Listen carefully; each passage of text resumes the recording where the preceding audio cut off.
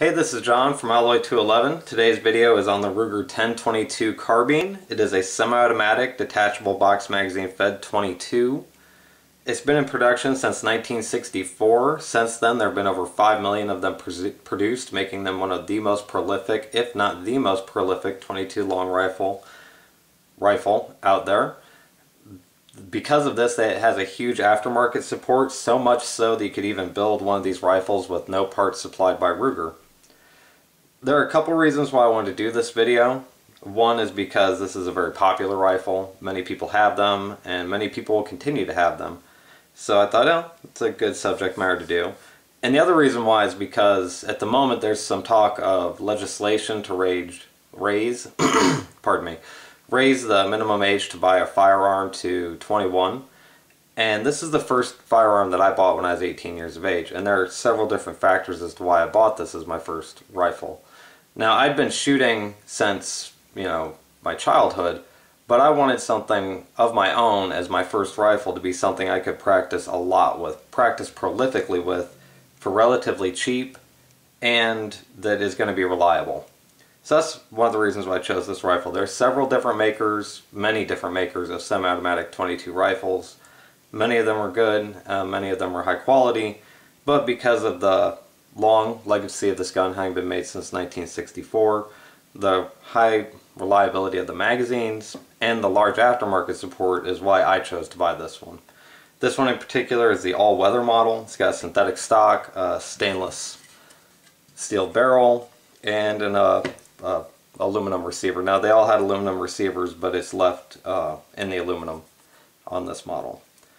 Now, it also has a red dot sight that I put on it. The reason why I put this on here is actually because over the years I've had to replace this rear sight. Let me get light on there. Whoa. Here once, and then the inner leaf came out of it, making it basically a buckhorn. But then I also noticed that my front sight, which is going to be kind of hard to see, is a little wanged. It probably fell over at some point in the time that I've had it. So it was actually shooting a little crooked because of that. Now, I'd considered getting a new front sight and replacing the leaf in the back sight, but when I could buy this red dot for $35 to $45, that's what I went with. Also, I've never had a red dot on a firearm, and I'm kind of cheap about things at times, so I thought, well, if I'm going to get one, I've never really had one, I'm going to buy a cheap one and put it on a 22 so I don't have to worry about breaking it.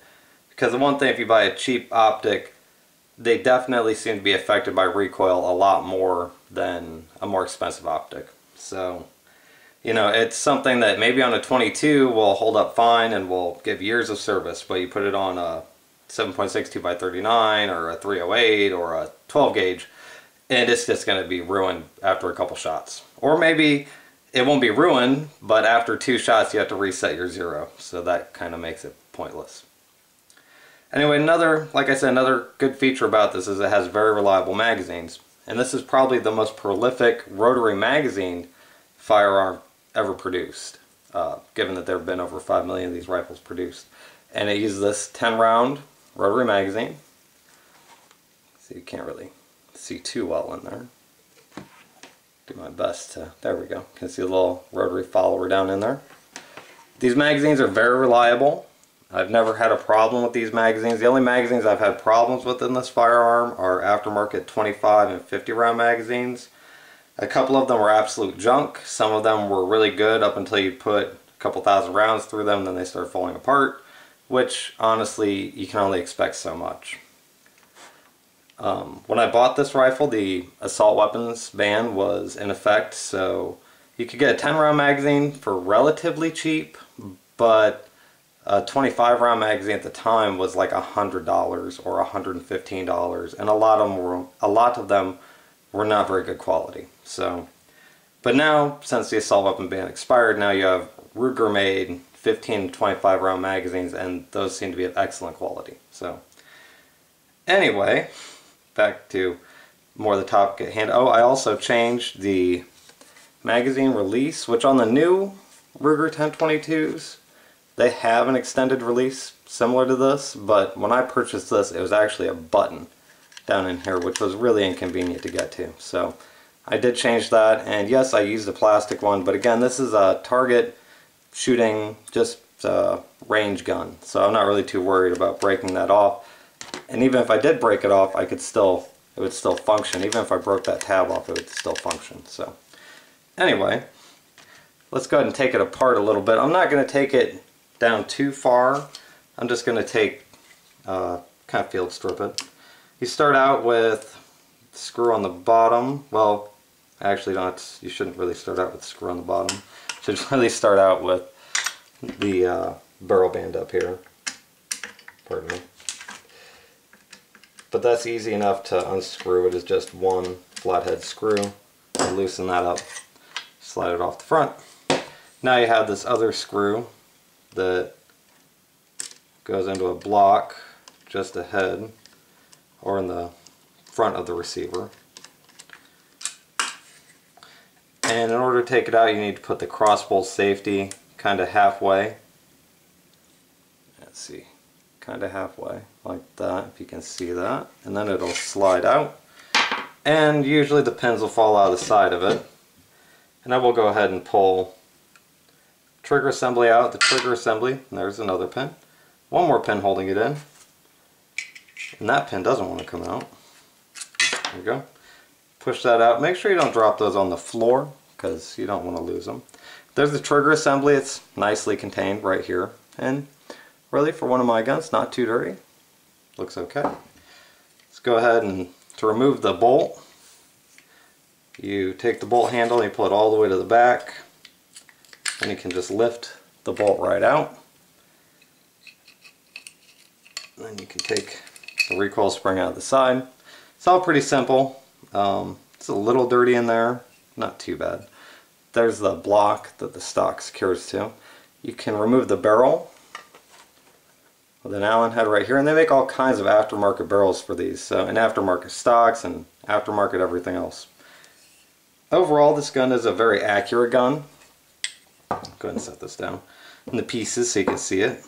I've never really had too many problems with it, other than 22 rifle ammunition a lot of times can be finicky, and some magazine issues. But you know, another nice advantage of it too is the small 10-round magazine. If you wanted to, you could literally put 1,000 rounds of ammunition in these magazines and carry them on your person, and it wouldn't even really weigh you down. And it's semi-automatic, so you know, it fires as fast as you can pull the trigger.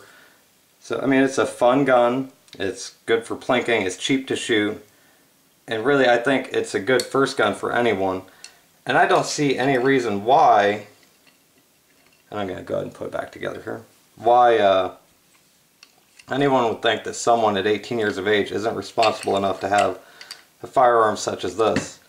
I mean, if it's 16 years old, we say that you're responsible enough to drive a car, then why at 18, when you're responsible enough to vote, and maybe I can get this put back together.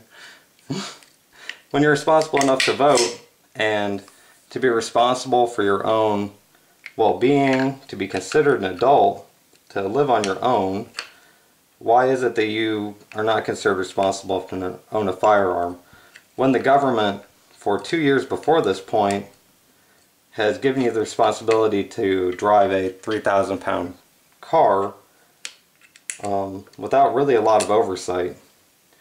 And I think that's something we really need to think about to try to kind of put the situation in context. Because, you know, when you just consider, oh, it's a firearm, oh, it could be dangerous. Well, that's true.